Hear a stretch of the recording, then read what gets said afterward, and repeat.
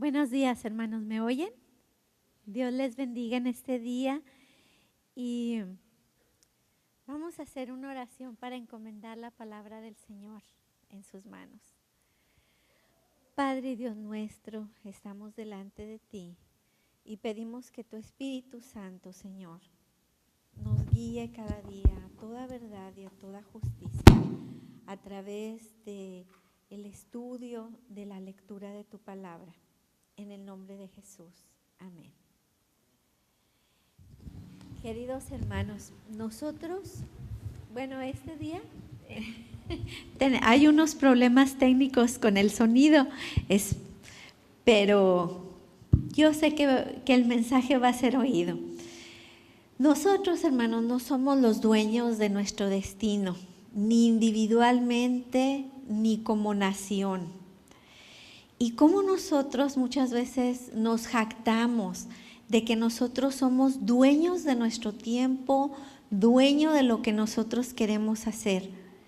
Pero realmente, hermanos, hay alguien que solamente es el dueño de nuestra vida y de nuestro destino. Nosotros como país aquí en Estados Unidos tiene un gran poderío militar, una tremenda riqueza. Tiene alianzas con muchos países y pareciera ser que este país es dueño de su propio destino. Sin embargo, hermanos, el dueño de esta nación no es este país. El dueño del destino de esta nación es el Señor. Es el Señor de las naciones, de los cielos. Y parece ser que estuviéramos atrapados como en una corriente de la historia que no podemos controlar, como si no pudiéramos controlar nuestra propia historia o la historia de los países de donde nosotros venimos o la nación donde ahorita venimos. Pero sí hay algo, hermanos, que puede transformar nuestra historia y cambiar la historia de nosotros y la historia de la nación donde nosotros vivimos, y eso es la oración. Hermanos, había una reina, la reina Victoria, y ella decía: yo tengo más miedo a las oraciones de Juan Knox que a todos los ejércitos de este mundo. Juan Knox era un hombre de Dios escocés. Pero el poder de la oración es tan grande, hermanos, que puede transformar no solamente nuestra historia personal, sino puede cambiar aún el rumbo de una nación. Pero hemos llegado a un punto, hermanos, en nuestras vidas, donde consideramos que la oración es simplemente una formalidad. Y hemos perdido el sentir que la oración es nuestro acercamiento con Dios. La oración nos acerca a Dios. Pero, ¿cómo nosotros podemos volver? La Biblia tiene una expresión muy bonita que a mí me gusta mucho y dice: volvamos a las viejas sendas, volvamos a los viejos caminos. O sea, volvamos a esas cosas, hermanos, que desde el principio nos atrajeron al Señor y que han sido la fuente de nuestra inspiración para mantenernos cerca de Dios. Y esas viejas sendas no han cambiado, hermanos. Es la oración, la lectura de la palabra, el congregarnos, hermanos, el acercamiento a la mesa del Señor. Esas son las viejas sendas, antiguas veredas que siempre nos acercan a Dios.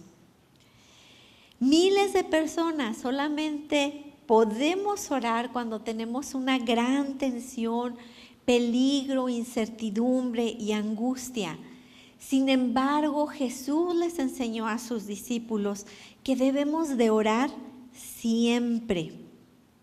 Jesús, su oración siempre fue ferviente, directa, y era tan así, hermanos, su oración, su estilo de vida, que sus mismos discípulos le dijeron: Señor, enséñanos a orar.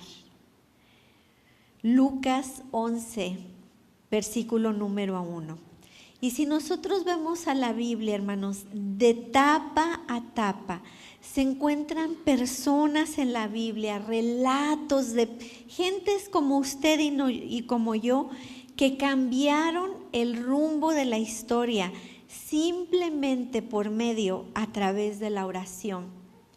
Abraham oró, hermanos, y Dios no destruyó Sodoma, donde vivía su sobrino. Ezequías, hermanos, en el Antiguo Testamento oró cuando la ciudad estaba siendo amenazada por el ejército que los iba a invadir. Y todo ese ejército tan poderoso fue destruido.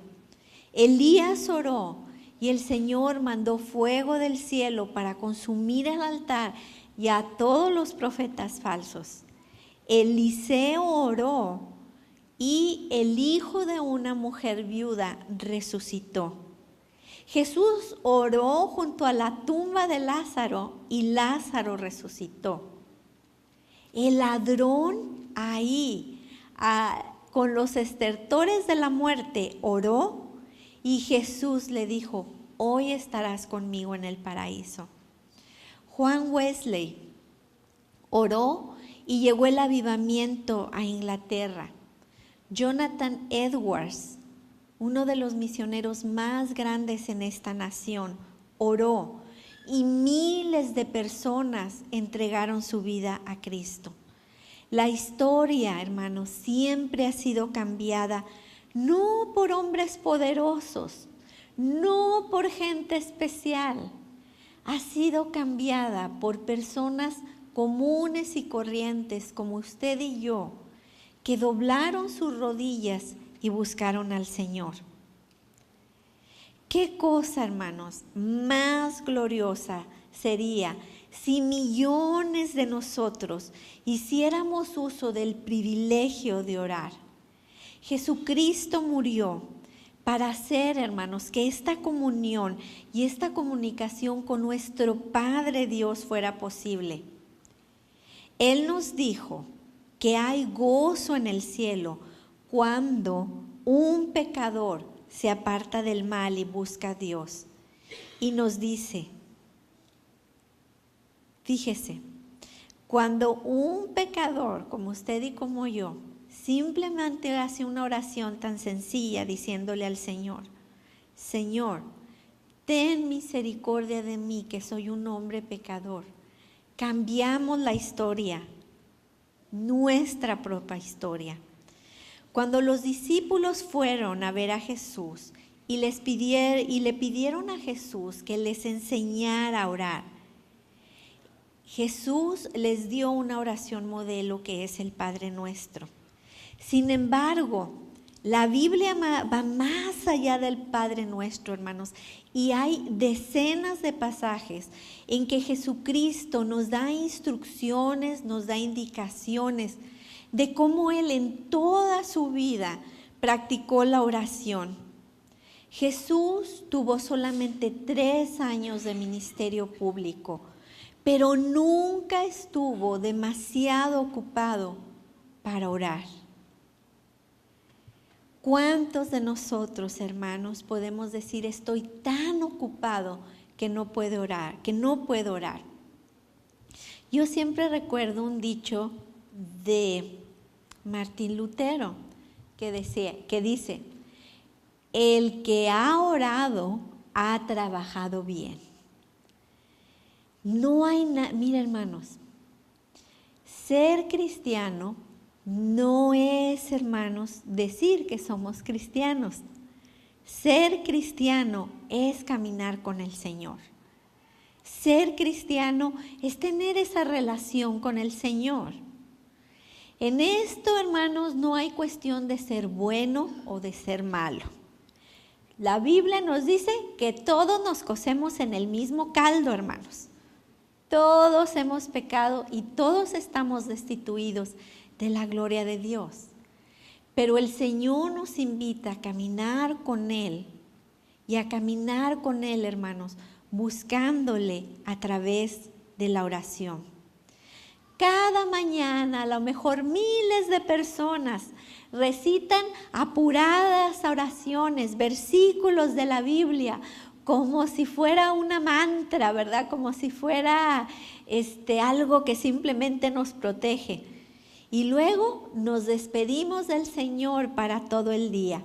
Y en la noche, ahí le mandamos otro telegrama: Señor, protégenos. Y colgamos el pico, ¿verdad? Y nos olvidamos. Pero la vida de oración, hermanos, representa una vida de acercamiento al Señor todos los días. Una de las cosas que yo más disfruto, hermanos, es orar con mis hijos. Y orar con los niños, orar con los jóvenes puede ser un poquito escabroso, ¿verdad? Porque como que pues ellos traen su onda y nosotros traemos la de nosotros. Pero si nos sintonizamos en el mismo canal, y déjenme les comparto de mi propia experiencia. Una de las cosas que yo quiero compartir con mis hijos, y lo hago cuando oro con ellos, es la gratitud. Siempre empiezo y le empiezo a decir al Señor. Y primero le empiezo a decir: Señor, te doy gracias por André.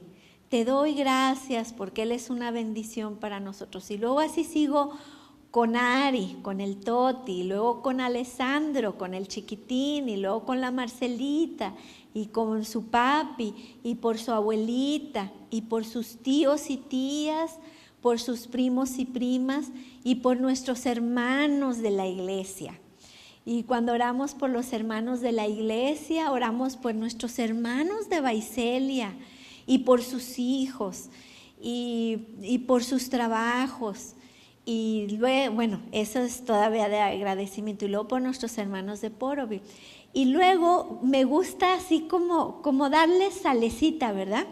Entonces, yo sé como pastor qué necesidades puede haber. Y tomo una necesidad y le digo: Señor, y en este día te oramos especialmente por esta hermana que está pasando esta prueba. O por este hermano que está pasando esta prueba, como en las semanas pasadas, por el hermano Javier y por su oración de corazón abierto. Y le digo: Señor, protege a las mamás que trabajan, que van fuera de su casa, protege a los papás que toman la carretera, que lleguen en la tarde seguros con sus hijos. Y ¿sabe qué, hermanos? Me escuchan. No lo hago así como muy litúrgico, ritual, no así, muy conciso, muy, ¿verdad? Y es, hermanos, una bendición tan grande, tan grande. En lo personal, una de las cosas que es, hermanos, mi fuerza es ir yo al Señor. Y yo disfruto mucho cuando yo llego a tener un momento sola. Cuando estoy en mi casa y ya se fueron todos, digo: ya se ¿verdad? Se va Macho, se van los niños y es mi tiempo. Y allí en ese tiempo, hermanos, yo me tiro, me hinco, le lloro al Señor, y todas las cargas que yo tengo de la iglesia, que tengo de mi familia, se las presento al Señor. Y luego cuando me levanto, yo me levanto, hermanos, con esperanza, con gozo, con ánimo. Y yo digo: ¿de dónde viene esta fuerza, Señor? Esa fuerza viene del Señor. Y hay algo, hermano, hay algo que a mí siempre me da una paz tan grande, hermanos, y es ver a mi esposo orar. Es ver a mi esposo orar. Ahí anda un teléfono sonando, si lo pueden apagar. Eso, hermano, no importa lo que pase. Cuando estamos en oración, ahora, mi esposo siempre dice una frase, y esta es muy cierta, hermanos. Cuando más estamos buscando al Señor, cuando más le estamos buscando en ayuno, en oración, en lectura de su palabra, cuando hay algo que Dios nos quiere bendecir, ¿saben qué pasa? El enemigo ataca. Empieza, pero el Señor, hermanos, ya sabe, dice que el Señor nunca va a dejar que nada pase sin que Él ya haya avisado a sus hijos. Entonces el Señor nos protege, hermanos. El Señor nos guarda. Y Él sabe que hay una lucha espiritual. Pero de esa lucha espiritual, el Señor nos va a sacar vencedores. Porque nuestra lucha, hermanos, no es ni contra carne, ni contra sangre, sino nuestra lucha es contra principados, contra potestades, contra huestes de maldad en los lugares celestiales. Y una de las formas que el enemigo siempre va a utilizar, hermano, es la distracción. Mire, cuando nosotros conocemos al Señor y cuando el Señor le atrae a usted y el Señor le empieza a sanar y dice, yo he pasado por un tiempo muy fuerte de ansiedad o de depresión, de pérdida o una prueba financiera bien grande, algo en la familia, y venimos al Señor y nos empieza a restaurar y nos restaura y vamos caminando directo al Señor. Hermanos, el enemigo, hay una novela que yo les invito a leer, es un clásico cristiano que se llama El Camino del Peregrino. Y en ese camino del peregrino, el peregrino va enfrentando, hermanos, todas las vicisitudes que el enemigo le va a poner en el camino para desviarlo, para sacarlo de, como cuando un corredor, hermanos, va ahí en el track, ¿verdad? El corredor ahí en el track. El otro día fuimos a una escuela, a la Granny Hills, y luego me dice uno de mis hijos, mira mamá, ¿ves todos esos files y ese cerro y todo eso? Dice, todo eso corremos en los meets, en el track. Le digo, ay, mi hijo, le digo, ¿y cómo te mantienes? O sea, enfocado en ir. Dice, mamá, concentrado en la meta. Entonces, el enemigo, hermanos, siempre nos quiere sacarnos. Y el enemigo viene y roba el gozo, la paz, la comunión, la unidad. Pero el Señor viene, hermanos, y nos ponemos aquí y empezamos a caminar. Y dice que la luz, hermanos, de los que están en el Señor, es como la luz de la aurora, que más, cuando está la oscuridad más fuerte, es porque viene la claridad y viene el día. Y el enemigo, fíjese bien, cuando el pueblo de Israel, el Señor lo iba a sacar cautivo de Egipto, ¿qué dijo Faraón?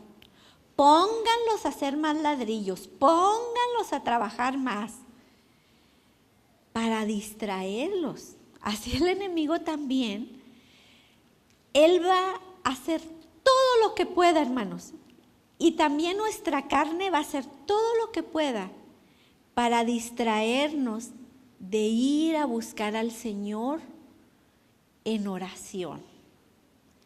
Porque Él sabe, hermanos, que si usted dobla sus rodillas, la batalla usted la va a ganar. Pero si corremos y vamos y peleamos y hacemos y torcemos la cara y sacamos la lengua y hacemos todo lo que hacemos nosotros como humanos, hermanos, ¿sabe que pierde la batalla nosotros?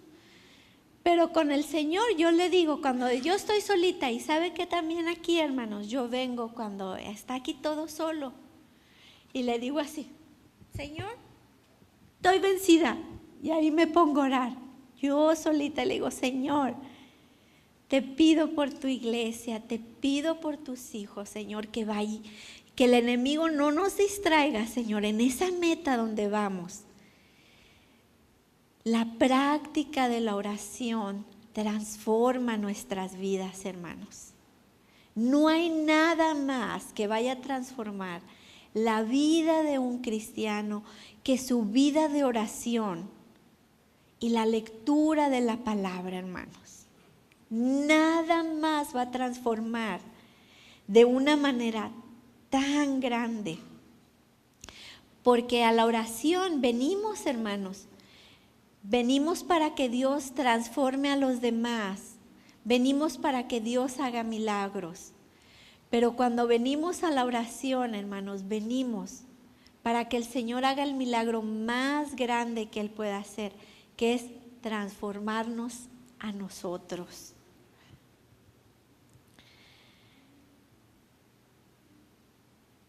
Fíjese bien, Jesús siempre estuvo en oración. Está escrito que pasaba noches enteras suplicando.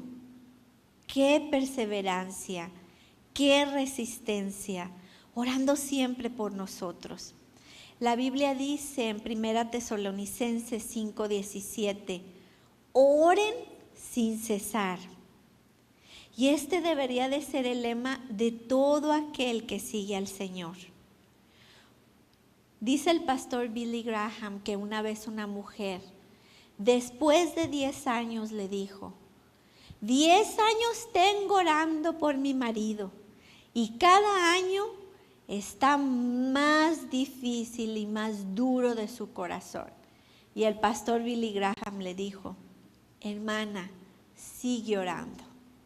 Ella le dijo, ya son 10 años, hasta aquí llegué. Le dijo, sigue orando. En el año número 11, ese hombre se entregó al Señor. Nunca debemos de perder la esperanza que Dios oye nuestra oración. Así es de que yo quisiera invitarle a que usted elija un lugar, un rinconcito en su casa, donde pueda encontrarse con regularidad con el Señor, con esa oración callada, escondida, en la que nuestra alma se encuentra con Dios. Acerquémonos a su presencia y esa va a ser la bendición más grande que usted tenga. Decía una mujer, ¿cómo yo puedo orar con Dios? Dijo, mira, simplemente tan sencillo. Cuando tú te quedes sola en la casa, siéntate en una silla y pon otra silla enfrente de ti. Y con tus ojos de la fe, tú vas a ver que Jesús ahí está sentado. Entonces, tú vas a empezar a platicar con Él. Vas a empezar a platicar con Él y le vas a empezar a platicar todo lo que tú le quieres decir. Pero a lo mejor ni palabras te salen, porque vas a ver ahí al Señor en la silla y lo único que vas a querer es ir y postrarte ahí en la silla y decirle, Señor, estoy cansado, Señor, tengo miedo, Señor, estoy abrumado, Señor, estoy confundido. Y luego el Señor con sus brazos te va a agarrar y te va a decir, aquí estoy, aquí estoy. Nunca nos robemos a nosotros mismos la bendición de acercarnos al Señor. ¿Por quiénes debemos de orar, hermanos? Claro, ¿verdad? Por nuestras familias, por nuestra iglesia. Pero el Señor nos lleva un paso más allá en la oración. Y el Señor nos dice en Mateo 5:44, oren por los que los ultrajan, oren por los que los persiguen, oren por sus enemigos, oren por los que no les aman, oren por aquellos que hablan mal de ustedes. Ese es el tipo de oración que Dios oye. Las primeras palabras que Jesús pronunció desde la cruz, después que los clavos atravesaron sus manos y sus pies, fueron de intercesión. Y él dijo, Padre, perdónalos porque no saben lo que hacen. ¿Cómo debemos orar? Debemos orar por nuestros enemigos. También la Biblia nos dice que debemos de orar por la conversión de los pecadores. Debemos de orar, hermanos. Gracias, David. Gracias.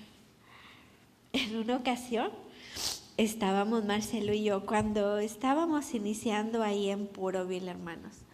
Y nada más, bueno, no, esa vez yo no estaba, él estaba solo, hermanos, ahí, esperando que la gente llegara al servicio, los que había ido a invitar de casa en casa. Y luego estaba Marcelo orando, Señor, te pido que me mandes unos pecadores arrepentidos. Y ándele, que en eso entran dos hermanas en la carne.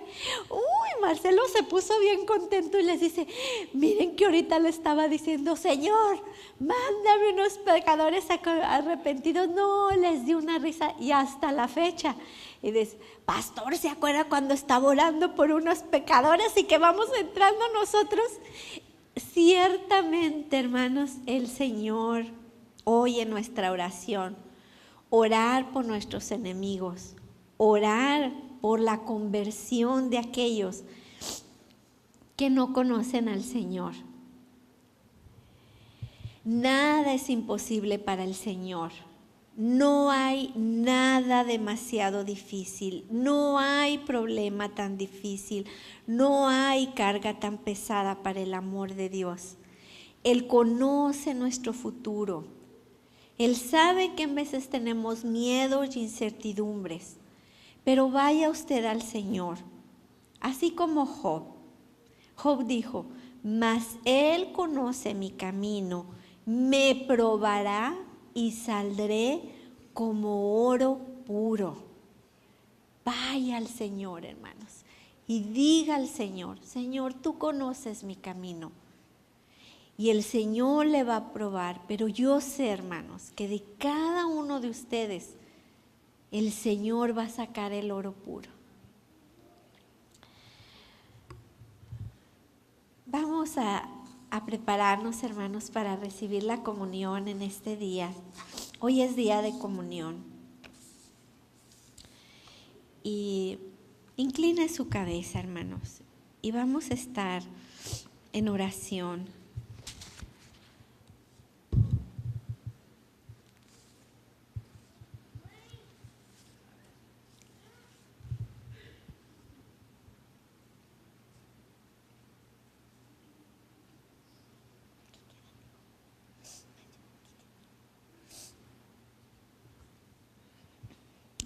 Queridos hermanos, el Señor nos invita a su mesa. Cristo nuestro Señor invita a su mesa, a todos los que le aman, a quienes sinceramente se arrepienten de sus pecados y procuran vivir en paz con los demás. Confesemos, por lo tanto, nuestro pecado delante del Señor, en presencia los unos de los otros. Dios de misericordia, confesamos que no te hemos amado de todo corazón, no hemos hecho tu voluntad, hemos violado tu ley, nos hemos rebelado con tu amor, no hemos amado a nuestro prójimo y no hemos escuchado la voz del necesitado. Te suplicamos que nos perdones, Perdónanos, Señor.